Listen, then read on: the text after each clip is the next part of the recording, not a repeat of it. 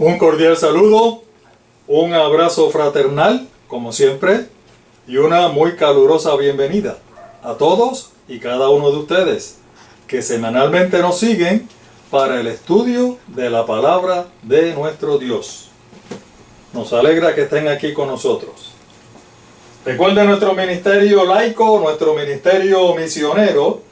Escrito está Lucas 4.8. Tenemos canal en YouTube y tenemos página en Facebook.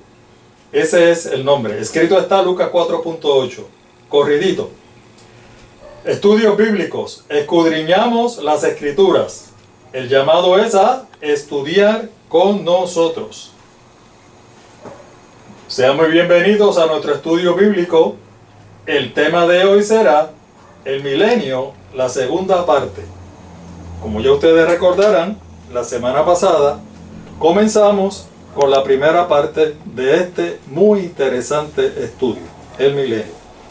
Como nos caracteriza, vamos a primeramente a tener una palabra de oración para implorar la presencia y la dirección de nuestro Dios.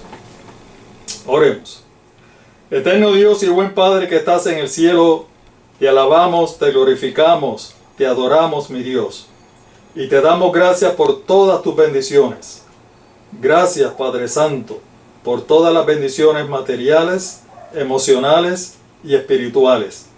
Gracias por la salud, por la vida, y gracias, mi Dios, por este hermoso privilegio de haber conocido este maravilloso mensaje de salvación. Gracias por darnos la oportunidad de poder compartirlo con otras personas para que también puedan tomar la decisión de ser salvos. Acompáñanos, mi Dios. Abre las mentes nuestras, tanto la mía como la de los que van a estar viendo y escuchando. Sabemos que este tema es un poquito delicado, es profundo, pero mi Señor, en oración y con el espíritu correcto, tú nos puedes revelar todas esas verdades. Nuevamente, mi Dios, nos entregamos en tus manos, en el glorioso nombre de Jesús. Amén, mi Dios. Amén y amén. Bueno, en el día de hoy estamos primeramente dando gracias a nuestro Dios porque han sido bastantes las personas que nos han comunicado que están conociendo y están comprendiendo estas maravillosas verdades de la palabra de Dios a través de nuestros estudios bíblicos. Damos gracias a Dios por eso, ¿verdad? Nos alegra mucho que el propósito primordial por el cual nuestro ministerio fue creado, ¿verdad? El propósito primordial de nuestro ministerio se está cumpliendo, que es presentar las verdaderas enseñanzas de la palabra de nuestro Dios, para que esas enseñanzas sean conocidas y aceptadas. De esa manera, mis amados hermanos y amigos, nosotros vamos poniendo nuestro granito de arena para que el Evangelio, este Evangelio completo de salvación, pueda ser proclamado, predicado, que muchas almas lo puedan conocer, puedan entender, lo puedan aceptar, y que nuestro Redentor, nuestro Salvador, pueda venir lo más pronto posible a buscarlo a usted y a buscarme a mí. Gloria sea a nuestro Dios. Alabado seas para siempre. Bueno, la semana pasada estuvimos comenzando el tema precisamente del milenio, ¿verdad? El milenio. De hecho, muchas personas nos han expresado, y esto es importante para nosotros, ¿verdad?, de que se han maravillado de lo fácil y lo sencillo que la misma Biblia lo ha ido presentando. No ha habido necesidad de hacer inventos ni cosas que se parezcan. Sencillo y fácil. ¿Por qué? Porque es la misma Biblia la que lo va explicando. Gloria sea a nuestro Dios. Bueno, leí muchos de los textos que me enviaron, y por los textos que yo leí, tengo que decirles que debo de recalcar, comenzar el estudio recalcando sobre la visión de el apóstol Juan. ¿Por qué? Esto es bien importante. Lo habíamos dicho la semana pasada y lo repetimos ahora. El apóstol Juan estaba en la isla de Patmos y el Señor le concedió una visión. Una visión. ¿Con qué objetivo? Con el objetivo de revelarle el futuro. Específicamente, en estos capítulos que estamos estudiando, que son el 20, 21 y 22, le está revelando lo que va a suceder después del regreso de nuestro Señor Jesucristo. ¿Ven?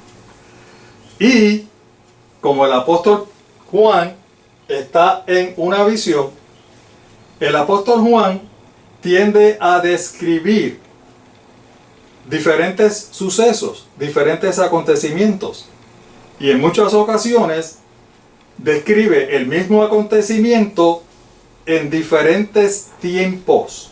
¿A qué me refiero con diferentes tiempos? Que a veces lo presenta en el pasado, otras veces lo presenta en el presente, y otras veces lo presenta en el futuro. Oigan, y a veces, en muchas ocasiones, el mismo acontecimiento lo presenta en dos tiempos diferentes. Esto es importante que lo comprendamos, porque cuando estudiamos el libro de Apocalipsis nos podemos confundir si no entendemos ese concepto tan elemental. ¿Ven? Por eso es que surgen muchas invenciones para tratar de llenar esos baches o esas cosas que ellos no entienden, porque no entienden esto. ¿Lo ven? Como nos caracteriza, a nosotros nos gusta probar todo lo que decimos. Siempre probamos con la Biblia todo lo que decimos. Así que entonces, pienso que lo importante, antes de comenzar con los demás temas, debemos dejar claro este punto. Así que, rapidito, vamos allí al libro de Apocalipsis, capítulo 20, los versículos del 4 al 6. Estos fueron los versículos que leímos la semana pasada. Entonces vi tronos donde se sentaron los que recibieron la autoridad para juzgar. Amados hermanos y amigos, esta primera oración va a ser la base del estudio de hoy. Téngalo en cuenta. Vamos a seguir. Vi también las almas de los que habían sido decapitados por causa del testimonio de Jesús y por la palabra de Dios. No habían adorado a la bestia ni a su imagen, ni se habían dejado poner su marca en la frente, en la mano. Volvieron a vivir y reinaron con Cristo 1000 años. Vamos a dejarlo ahí. Fíjense que en el versículo 4, el apóstol Juan está hablando de aquellos mártires que murieron siendo fieles al Señor. Fieles al Señor. O sea, que ellos prefirieron morir, ofrendar su vida, a dejarse poner la marca de la bestia y de la imagen. ¿Ve? Y algunos fueron decapitados. Eso ya lo habíamos explicado. Y entonces el apóstol Juan dice que él vio a esas personas vivas, ¿verdad? ¿Por qué? Porque volvieron a vivir. Porque volvieron a vivir. Volver a vivir no es otra cosa que resucitar. Resucitar. Ahora bien, dice que esas personas, esos mártires que resucitaron y que volvieron a vivir, reinaron con Cristo 1000 años. Aquí vamos a notar en el tiempo en el que el apóstol Juan está hablando de aquellos mártires que participaron de la primera resurrección. ¿Por qué lo sabemos? Porque en el versículo 5 empieza diciendo: esta es la primera resurrección, refiriéndose a ¿cuál? A la resurrección donde volvieron a vivir los mártires. ¿Lo ves? Ellos resucitaron en la primera resurrección.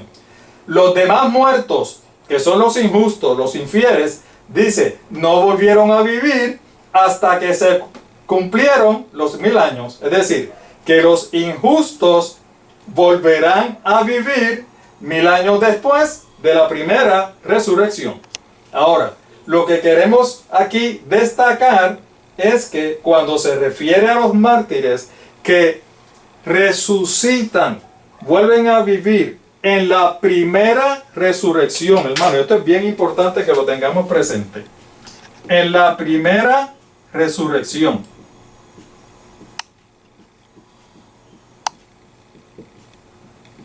¿Verdad? Ya la Biblia nos dijo que ellos resucitaron en la primera resurrección. ¿Cuándo va a ocurrir la primera resurrección? Exactamente el mismo día del regreso del Señor. Eso ya lo hemos discutido como 100 veces. ¿Quién sabe si más? ¿Verdad? Ok. Él está hablando de los que resucitaron en esa primera resurrección que va a ocurrir en el regreso del Señor. Y fíjense en los términos que él está hablando cuando se refiere a ellos. Dice, volvieron a vivir. Eso es en pasado, ¿verdad? Volvieron a vivir. ¿Quiénes? Los que resucitaron en la primera resurrección. Y además de eso dice, reinaron. ¿Lo ven? Reinaron en pasado con Cristo 1000 años. ¿Van viendo? Refiriéndose a los que resucitaron en la primera resurrección. Ok, vamos a leer ahora el versículo 6. Dichosos y santos los que tienen parte ¿en qué? En la primera resurrección, o sea, en la misma resurrección que resucitaron los mártires. La primera resurrección que ocurrió en el regreso de nuestro Señor Jesús. Ahora vamos a seguir leyendo. Esos que son dichosos y santos, que son el resto de las personas que vamos a resucitar o van a resucitar en la primera resurrección, dice que la segunda muerte no tiene poder sobre ellos, sino que serán sacerdotes de Dios y de Cristo. Y reinarán. Reina en futuro. ¿Lo ven? Reinarán con él 1000 años. ¿Van viendo? Refiriéndose precisamente a la misma resurrección. Estas personas y estas personas van a participar exactamente de la misma resurrección. La misma. Que va a ocurrir en el regreso del Señor. Van a estar los dos 1000 años reinando con nuestro Señor Jesucristo. El mismo periodo de tiempo. Sucede a la misma hora, el mismo día. Sin embargo, en una ocasión se refiere en pasado de que volvieron a vivir y reinaron. Y en la otra ocasión, refiriéndose al mismo suceso, se refiere en futuro, reinarán con Cristo 1000 años. ¿Comprendieron lo que estamos diciendo, verdad? No tuvimos que ir demasiado lejos. En 3 versículos ya nosotros descubrimos y demostramos lo que estamos diciendo. ¿Ok? Ok. Ya que estamos en esta, mis amados hermanos, tenemos que decir lo siguiente. Los últimos 3 capítulos del libro de Apocalipsis, ustedes saben que Apocalipsis significa precisamente revelación. Los últimos 3 libros del libro de Apocalipsis, estamos hablando de los capítulos 20, 21 y 22. Los últimos 3 capítulos del libro de Apocalipsis, lo que nos relatan es lo que va a ocurrir después del regreso del Señor. Lo que va a ocurrir después del regreso del Señor. Que lógicamente, después del regreso del Señor, cuando nos lleva a todos para el cielo, es que comienza precisamente el periodo de los 1000 años. Comienza el periodo de los 1000 años. Así que comienza con el milenio y sigue relatando todos los acontecimientos hasta que culmina con la promesa maravillosa de Dios, Él cumpliendo su promesa de crear los nuevos cielos y la nueva tierra, que va a ser la morada permanente. Esto ya también lo hemos dicho en varias ocasiones. La morada permanente de los redimidos. Hemos dicho en muchas ocasiones que esos 1000 años que vamos a pasar en el cielo es un periodo de tiempo temporero, por 1000 años. Pero luego vamos a bajar a la tierra y el Señor va a recrear todas las cosas nuevas. Y vamos a vivir en esta tierra como era en un principio, con Adán y Eva. Y esa va a ser la morada permanente suya y mía. ¿Ok? Bueno, en el estudio de hoy nos proponemos presentarles otra de las cosas que va a suceder durante ese periodo de tiempo, durante el periodo de tiempo de los 1000 años. Ya nosotros sabemos algunas cosas que van a suceder. Por ejemplo, los justos, los salvados. Los salvados, ¿dónde van a estar durante ese periodo de tiempo? En el cielo, ¿verdad? Ya lo habíamos visto. El Señor viene en su regreso, resucita a los muertos justos, transforma a los que están vivos que son justos y nos lleva al cielo. Y allí vamos a pasar ese periodo de tiempo de 1000 años en el cielo. Los injustos, los infieles, ¿qué va a pasar con ellos? Ya hemos visto también que los muertos infieles, aquellos que estén muertos infieles, cuando el Señor regrese, van a permanecer en sus sepulcros, muertos. Y los vivos, infieles, que todavía estén vivos, cuando el Señor venga, van a ser muertos, con el resplandor de la venida de nuestro Señor Jesús. Por lo tanto, los infieles, ¿dónde van a pasar ese periodo de tiempo de los 1000 años? Muertos. Oigan, todos, no va a quedar uno, todos van a morir, al igual que todos los justos vamos a estar en el cielo. Ningún justo va a quedarse aquí en la tierra. O sea, que en esta tierra, durante ese periodo de los 1000 años, no va a haber un solo ser humano vivo. No va a haber nadie aquí en la tierra. ¿Verdad? Ya lo sabemos. ¿Qué va a pasar con la tierra? También lo sabemos.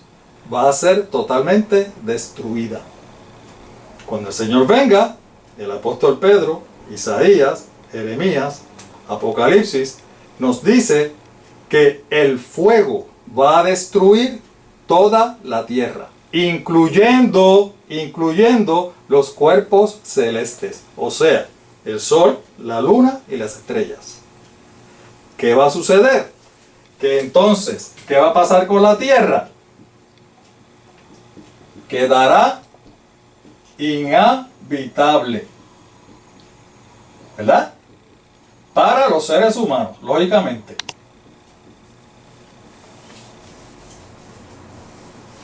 Va a quedar inhabitable para los seres humanos. ¿Por qué? Porque va a quedar desolada, vacía y en tinieblas. No va a haber manera de que nadie pueda vivir aquí. Así va a quedar la tierra. ¿Y qué va a pasar con Satanás y los ángeles caídos? Ya leímos en Apocalipsis 20 del 1 al 3 que el enemigo va a ser atado y va a ser echado en un abismo.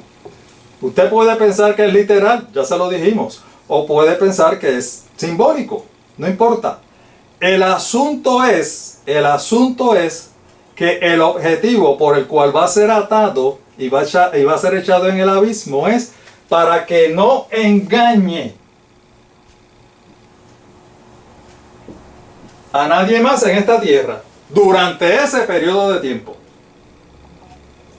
De todas maneras, el enemigo no va a tener a quien engañar, porque los justos vamos a estar en el cielo, todos los injustos van a estar muertos, la tierra va a estar en una condición que va a estar inhabitable, no va a haber un ser humano en esta tierra, por lo tanto, de todas maneras, el enemigo va a estar atado, no va a poder engañar a nadie.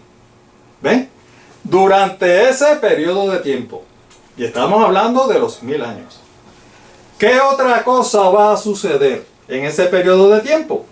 Pues precisamente les dije que la base va a ser la primera oración del capítulo 4, del versículo 4 del capítulo 20 de Apocalipsis. Entonces vi tronos donde se sentaron los que recibieron autoridad para juzgar. Fíjense que el apóstol Juan comienza el texto diciendo que él vio tronos. Tronos. En plural. O sea, que vio más de uno. Vio varios. ¿Cuántos? No dice. Dice que vio tronos. Y dice que en esos tronos se sentaron los que recibieron la autoridad, el poder, la facultad de juzgar. Y esto es extraordinariamente importante. Es decir, que en esos tronos se sentaron personas que van a juzgar. No dice cuántos tronos, ni dices tampoco quiénes se van a sentar en esos tronos. Pero, como usted y yo somos buenos estudiosos de la Biblia, nosotros vamos a dilucidar cuántos son y quiénes son. Los buenos estudiosos de la Biblia comienzan a hacerse preguntas, y a medida esas preguntas se van contestando, entonces se va revelando la verdad, el mensaje que la Biblia nos quiere dar. Así que la primera pregunta que podemos hacer es, si el apóstol Juan vio unos tronos, ¿quiénes son los que se sientan en los tronos? ¿Quiénes son los que usan los tronos? Para ser consistente con la Biblia, en todas las historias de la Biblia, quienes usan los tronos son ¿quiénes? Los reyes. Pues ya vamos sabiendo. Ya se nos va dilucidando el asunto, ¿verdad? Quienes se van a sentar en los tronos son reyes. Reyes. Esto nos lleva a la segunda pregunta. ¿Cuál es el principal trabajo de los reyes? ¿Qué es lo que los reyes hacen? Pues los reyes, el principal trabajo es precisamente reinar. O sea, ejecutar la posición que tienen de rey. Van a reinar. Los reyes reinan. Entonces, si es así, fíjese lo que el apóstol Juan ha dicho en el capítulo 20, los versículos 4 al 6. Estos mártires que resucitaron en la primera resurrección, dice que van a reinar. Reinaron. Ah, pues entonces ellos fueron declarados reyes o fueron considerados reyes. Y entonces cuando se refiere a todos los otros justos que han participado en la primera resurrección y aquellos transformados que también estemos en el cielo y seamos justos, dice también que vamos a reinar con Él 1000 años. Vamos a reinar. Entonces, hermanos y amigos, si nosotros, los justos, todos los redimidos, vamos a reinar con el Señor, significa, mis amados hermanos y amigos, que nosotros, todos los justos, vamos a ser partícipes. Dame borrar aquí.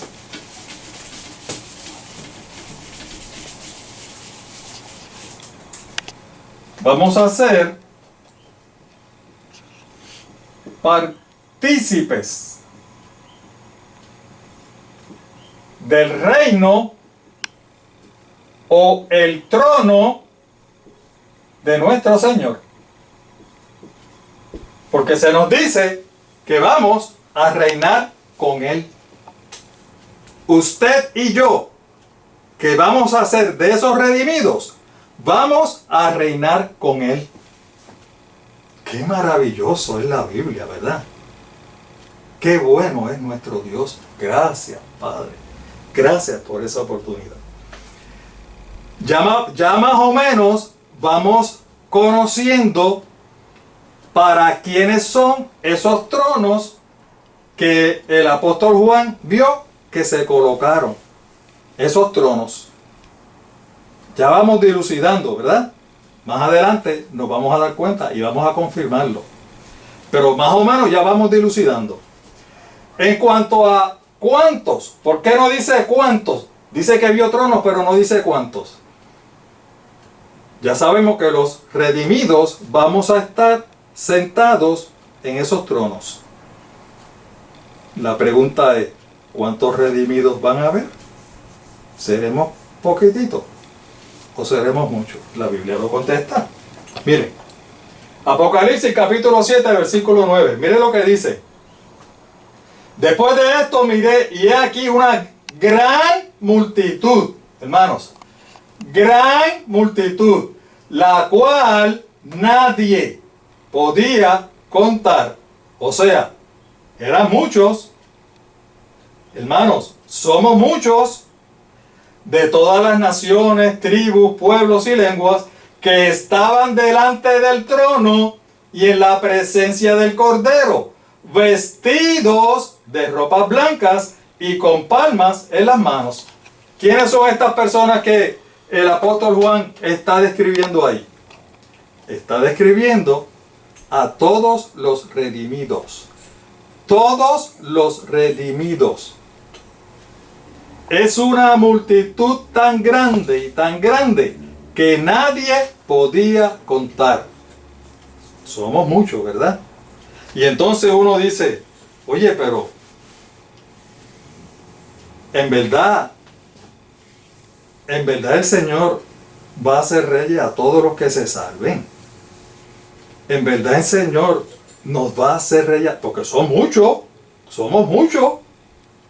Nos va a hacer reyes a todos. En serio. Vamos a dejar que la Biblia lo conteste otra vez. Apocalipsis capítulo 1, versículos 5 y 6. Miren este texto maravilloso. Y de Jesucristo el testigo fiel, el primogénito de los muertos y el soberano de los reyes de la tierra, al que nos amó y nos lavó de nuestros pecados con su sangre. Gloria sea a nuestro Dios. ¿Y qué otra cosa hizo? Nos hizo reyes y sacerdotes. ¿Para quién? Para Dios, su Padre. A Él sea gloria e imperio por los siglos de los siglos. Amén. Gloria sea nuestro Dios. Fíjense que aquí el apóstol Juan está diciendo algo muy importante. Nos está diciendo, mis amados hermanos y amigos, que nos va a hacer reyes y sacerdotes para Dios. Yo les pregunto, en el texto dice, ¿cuántos? Unos poquitos, algunos de ellos. No, ¿verdad? Dice que nos va a hacer a todos reyes y sacerdotes. El Señor no lo limita. ¿Saben cuál es la limitación? Hay una limitación. Sí, la hay. Gloria a Dios. Miren cuál es la limitación. Al que nos amó y nos lavó de nuestros pecados con su sangre. Lo leemos otra vez. Al que nos amó y nos lavó de nuestros pecados con su sangre. Hermanos, la única limitación que hay para que usted no se siente en uno de esos tronos, para que usted no sea declarado rey y sacerdote, es si usted no se deja lavar con la sangre de nuestro Señor Jesucristo. Gloria sea mi Dios. Yo le pregunto, ¿ha permitido usted que sus pecados sean lavados en la sangre de nuestro Señor Jesucristo? ¿Usted le ha permitido al Señor que lave sus pecados en su sangre? ¿Se lo ha permitido? Pues ¿sabe qué? Si usted se lo ha permitido, usted tiene un trono allí con el nombre suyo. Gloria sea nuestro Dios. ¡Qué maravilloso es! Allí hay un trono para usted y allí hay un trono para mí. Y hay un trono, ¿sabe para quién? Para todos aquellos que han dejado que nuestro Dios lave sus pecados en la sangre de nuestro Señor Jesucristo. Esos son los que van a ser reyes. Esa es la única limitación. Por eso es que dice que hay una multitud tan y tan grande que nadie ha podido contar, porque somos muchos los que nos hemos rendido a los pies de nuestro Salvador Jesús, los que hemos aceptado su plan de salvación, los que le hemos aceptado como nuestro Salvador personal. Usted y yo seremos reyes y sacerdotes. Pero eso no queda ahí. Mire lo que sigue diciendo Apocalipsis 3:21. Al que salga vencedor, le daré el derecho, ¿de qué? De sentarse conmigo en mi trono. Gloria sea mi Dios. Como también yo vencí y me senté con mi Padre en su trono. ¿Ven ustedes? Aquí, mis amados hermanos y amigos, nos está diciendo que la invitación de nuestro Señor Jesús no es, me están escuchando, ¿verdad? La invitación que nuestro Señor Jesús nos hace a todos no es a que seamos siervos. No es a que seamos esclavos. ¿Cuál es la invitación? ¿Cuál es la invitación clara ahí? a que nos sentemos con Él en su trono. Gloria sea mi Dios. La invitación es para que usted y yo seamos partícipes de su trono y de su reino. Esa es la gloriosa invitación que nos hace el Señor Jesús. Mis amados hermanos y amigos, ahora nosotros podemos entender en primer lugar por qué Juan en el versículo 4 no menciona cuántos tronos. Él dice sencillamente que vio tronos. ¿Por qué no menciona? Porque son tantos y tantos que no se pueden contar. Pero ¿saben qué? Ahí está el suyo, ahí está el mío. Gloria sea mi Dios. También ahora podemos entender por qué el apóstol Juan, en los versículos 4 y 6 del capítulo 20 de Apocalipsis, especifica claramente que todos los redimidos de todas las épocas, todos, vamos a reinar con nuestro Señor. Vamos a reinar con nuestro Señor. Gloria sea nuestro Dios. Ahora, el tiempo sigue corriendo. ¿Cuál es otro de los deberes de los reyes? Ya vimos algunos. ¿Cuál es otro de los deberes? Vamos a dejar que la Biblia también nos conteste. Lucas capítulo 22, los versículos 28 al 30. Mire lo que dice. Este es el Señor Jesús hablando. Dice: ahora bien, ustedes son los que han estado siempre a mi lado y en mis pruebas, refiriéndose a los discípulos. Por eso, a los discípulos que estaban allí y a los discípulos que van a ver después, o sea, usted y yo, todos los cristianos, todos los que hemos creído en Él. Y sigue diciendo: por eso yo mismo les concedo un reino, así como mi Padre me lo concedió a mí. Hermano, esto es consistente. La invitación del Señor no es a ser esclavo, no es a ser siervo, es a ser rey. Consistente en la Biblia. Para que coman y beban a mi mesa en mi reino y se sienten en tronos. ¿Para qué? Para juzgar a las 12 tribus de Israel. Aquí entonces el Señor Jesús nos introduce otro deber u otra responsabilidad que usted y yo vamos a tener cuando nos sentemos en esos tronos. ¿Cuál es esa responsabilidad? Juzgar. Vamos a juzgar. Y en este texto especifica que vamos a juzgar a las 12 tribus de Israel.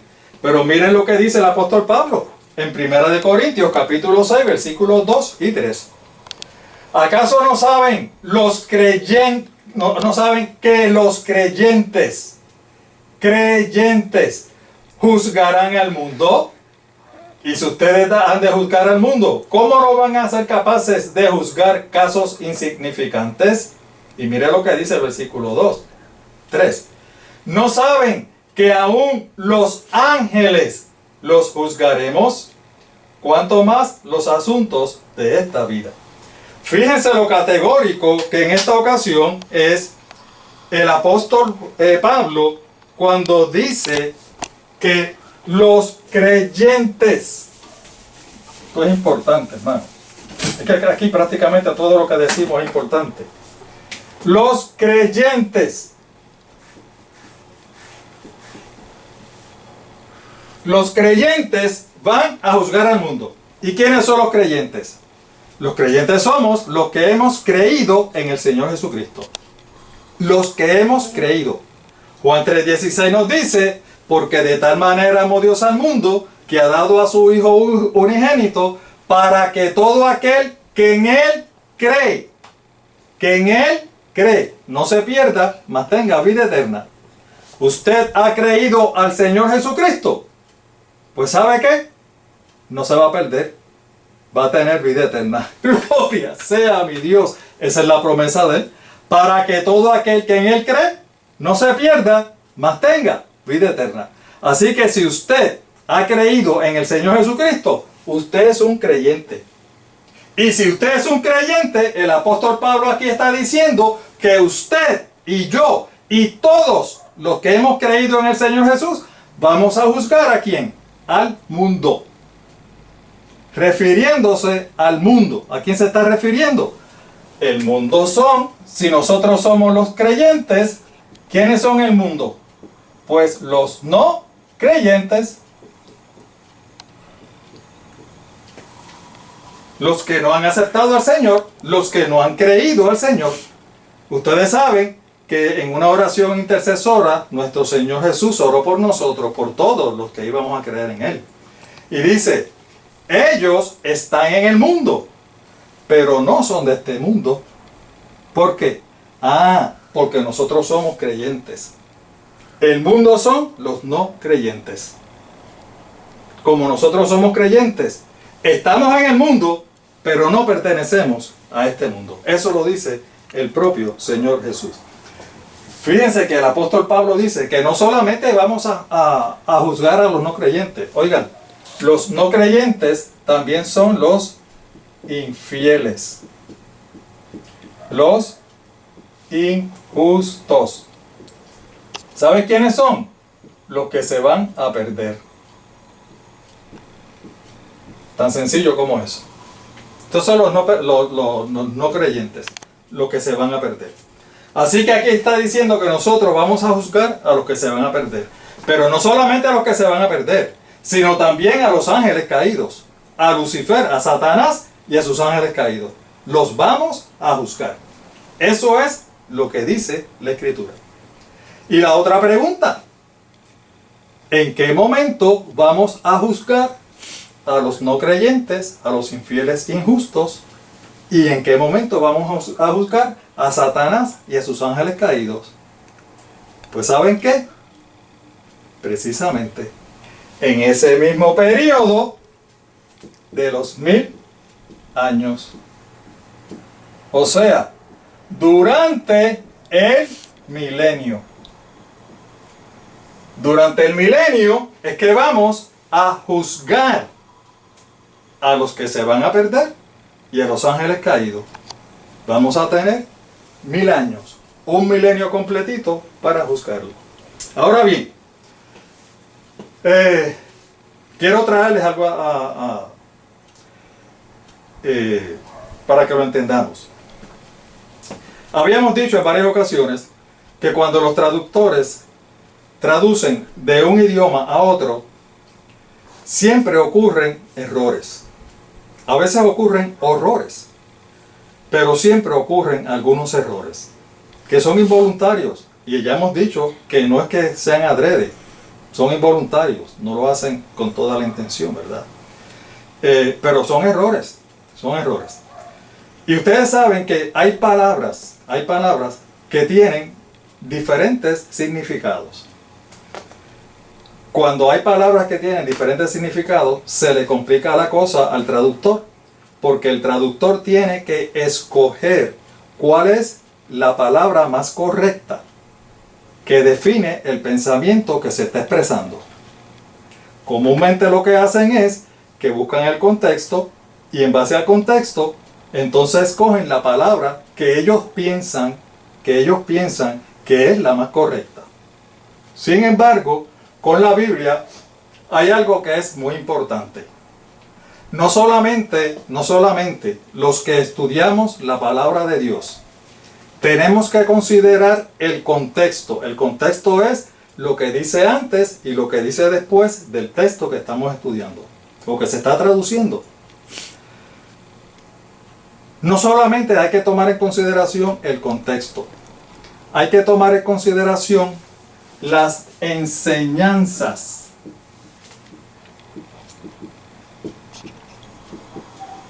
En conjunto que enseña la Biblia. ¿Entendieron eso, verdad? Tenemos que no solamente ver el contexto, sino que ver las enseñanzas en conjunto que enseña toda la Biblia. ¿Lo ven? Para no entrar en conflicto con esas enseñanzas. Eso los traductores no lo hacen. No lo hacen. ¿Lo ven? Y por eso es que surgen estos errores, si se puede decir esos errores o contratiempos, que les voy a mencionar ahora. Le voy a buscar un texto.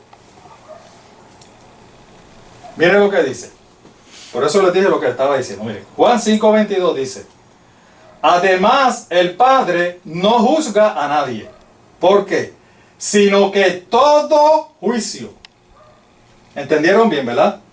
Todo juicio lo ha delegado ¿en quién? En el Hijo. Hermanos, ¿qué quiere decir esto? Entiendan bien lo que vamos a decir ahora. ¿Por qué el Padre ha delegado todo el juicio al Hijo? ¿Por qué? Por una razón primordial, esencial y terminante. Porque el Hijo es Dios. El Hijo es Dios. Nuestro Señor Jesucristo es Dios. Y como Dios puede juzgar. Cuando los traductores buscan la palabra juzgar, vamos a ponerlo por aquí. Juzgar, esa palabra, como ustedes saben que el Nuevo Testamento se escribió en griego. La palabra es crino. Ustedes saben que yo me documento. Yo esto lo busqué. La palabra es crino. ¿Ven? ¿Cómo se puede traducir crino? Crino se puede traducir como decidir. Se puede traducir como condenar. Pero también se puede traducir como pasar juicio o revisar. Ustedes están viendo el problema de los traductores, ¿verdad? El traductor tiene que buscar cuál es la palabra entre todas. Oiga, y hay más todavía. Lo que pasa es que como no nos interesa esos otros significados, no los tomé en consideración. Ustedes se dan cuenta del problema de los traductores, ¿verdad? Que tienen los traductores. Escoger cuál es la palabra correcta. Cuando se trata de juzgar, la palabra juzgar, cuando se trata de decidir o de condenar o de salvar. Es decir, cuando se trata de salvar o de condenar a alguien, la palabra juzgar se usa cuando habla de Dios. Pero cuando habla de personas que no son Dios, oigan, nosotros vamos a ser transformados todos para poder ir al cielo. Pero seguiremos siendo humanos. Nosotros no nos vamos a convertir en Dios. Tenemos eso claro, mis amados hermanos. El único que tiene poder para decidir quién se salva y quién se condena es Dios. Nosotros no tenemos ese poder. Ni siquiera los ángeles tienen ese poder. Solo Dios. Porque lógicamente todos nosotros somos seres creados. Dios es Dios. Él es el creador. Por lo tanto, cuando se trata de Dios, usamos la palabra juzgar, dando el sentido, y mire lo que estoy hablando, usamos la palabra juzgar, dando el sentido de que se está decidiendo. ¿Qué se está decidiendo? ¿Quién se salva y quién se condena? Pero, cuando se usa la palabra juzgar, cuando se refiere a nosotros, los seres humanos, o inclusive a los ángeles, o a cualquier otro ser creado, cuando se usa la palabra juzgar, no se puede usar con el sentido de que esa persona va a decidir la salvación o la condenación de alguien. Hay que usarla en el sentido de que va a pasar un juicio, pero no va a tomar decisión. O, mejor todavía, que va a revisar. Que va a revisar. Vamos a tomar estos textos para demostrar lo que estamos diciendo. Salmos 9, 7 y 8. Pero Jehová, ¿quién? Jehová, Dios, permanecerá para siempre, ha dispuesto su trono para juicio. Él, ¿quién? Jehová. Él juzgará al mundo con justicia y a los pueblos con rectitud. ¿Por qué Él puede juzgar? Porque Él juzga con justicia y porque Él es Dios. Miren lo que dice Hechos 17:31. Por cuanto ha establecido un día en el cual juzgará al mundo con justicia. ¿Quién va a juzgar al mundo con justicia? Por medio de aquel varón a quien Él designó. ¿Y quién es ese varón? Nuestro Señor Jesucristo. Dando fe a todos con haberle levantado de los muertos. ¿Por qué nuestro Señor Jesucristo tiene la capacidad y la facultad de juzgar al mundo? Porque también lo juzga con justicia, porque Él es Dios. Mire lo que dice 2 Timoteo 4:1. Te encarezco delante de Dios y del Señor Jesucristo. ¿De quién? El Señor Jesucristo. Que juzgará. ¿Quién va a juzgar? El Señor Jesucristo. A los vivos y a los muertos. Y su manifestación, en su manifestación y su reino. ¿Por qué el Señor Jesús puede juzgar a los vivos y a los muertos? Porque Él es Dios. Porque Él es Dios. Nosotros no somos Dios. Nosotros no podemos juzgar con sentido de decidir quién se salva y quién se pierde. Entonces usted me dice, hermano Pedro, usted me ha tenido a mí aquí 45 minutos diciéndome que los redimidos vamos a juzgar al mundo, que inclusive los redimidos vamos a juzgar a Satanás y a sus ángeles caídos. Y ahora usted viene y me dice que los redimidos no podemos juzgar. Precisamente, nosotros podemos pasar juicio. Podemos revisar. Es decir, cuando la palabra juzgar se utiliza en el sentido de pasar juicio o en el sentido de revisar, entonces nos aplica a nosotros. ¿Me van entendiendo? ¿Qué quiero decir con esto, mis amados hermanos? Y con esto termino. Cuando nosotros estemos en el cielo durante todo ese periodo de los 1000 años, vamos a estar juzgando a todos los que se perdieron. Eso es lo que dice la Biblia, ¿verdad? Lo acabamos de decir. Pero vamos a estar juzgando en el sentido, no de que vamos a tomar la determinación si se salvan o si se pierden. Vamos a estar juzgando en el sentido de que vamos a estar revisando. Revisando. ¿Y qué vamos a estar revisando? Vamos a estar revisando los libros que hay en el cielo. La semana que viene vamos a entrar de lleno en eso y vamos a demostrarlo bíblicamente.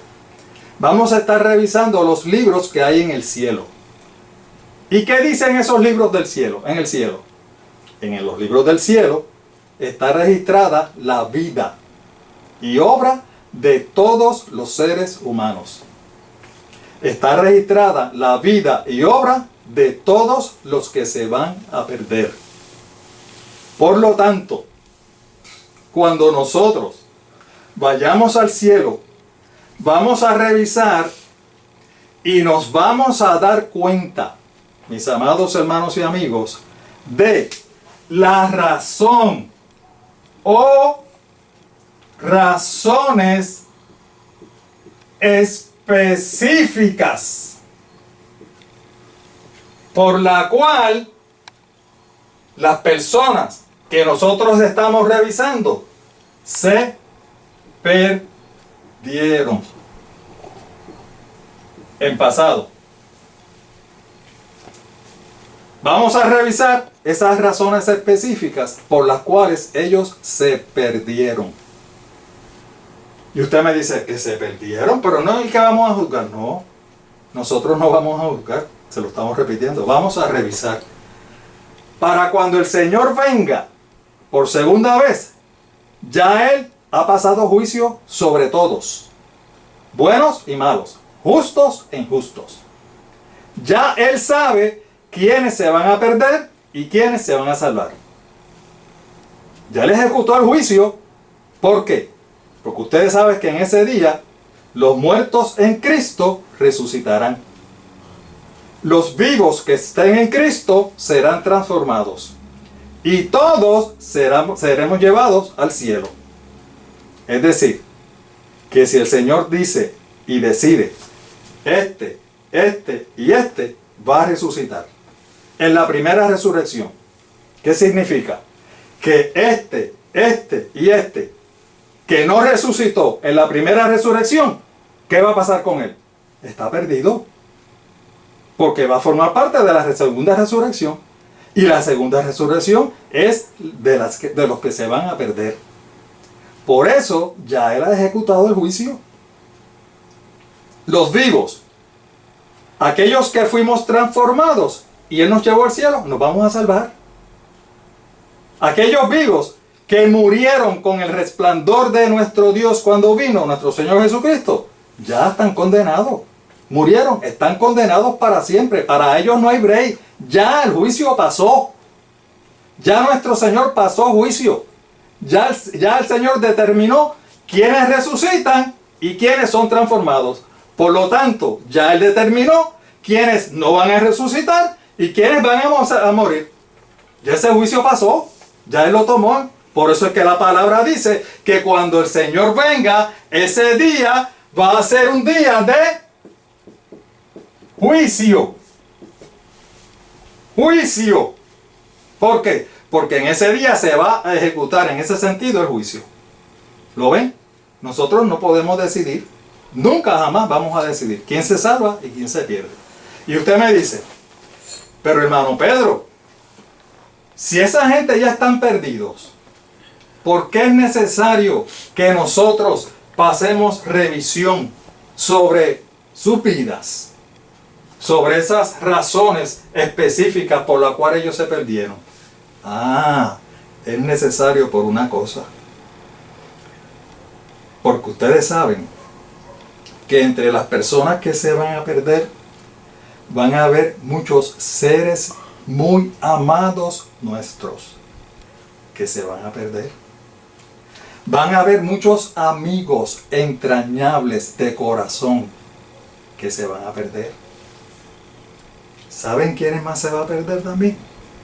Van a haber muchos hermanitos de la iglesia, hermanitas, que se van a perder.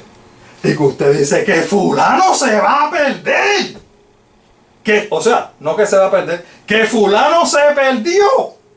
¿Cómo va a ser? Pero si ese hombre o esa mujer no faltaba a un culto a la iglesia. Ese hombre o esa mujer se pasaban orando. ¿Cómo es posible que se pierda?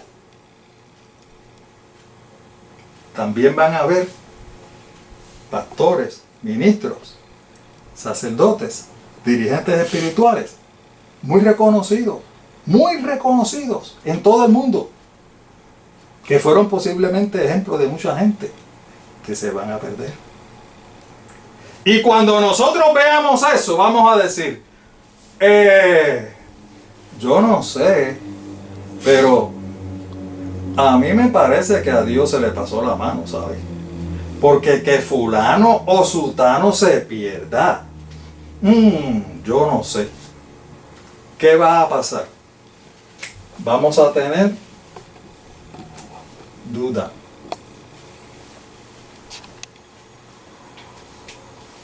Ustedes saben por qué el enemigo arrastró a la tercera parte de los ángeles, ¿verdad? Pudo arrastrar a la tercera parte de los ángeles precisamente por eso. Porque él sembró la duda en la mente de esos ángeles. Y la duda los llevó a la perdición. la duda. Nuestro Dios, en su infinita misericordia, nos va a dar la oportunidad de nosotros revisar esas razones específicas por las cuales todas esas personas que nosotros pensábamos que se iban a salvar, se perdieron. ¿Con qué objetivo? De que no ocurra la más mínima sombra de duda en nuestras mentes de que nuestro Dios obró con justicia, de que nuestro Dios fue justo. Fue justo con nosotros, que nos salvó, pero también fue justo con ellos.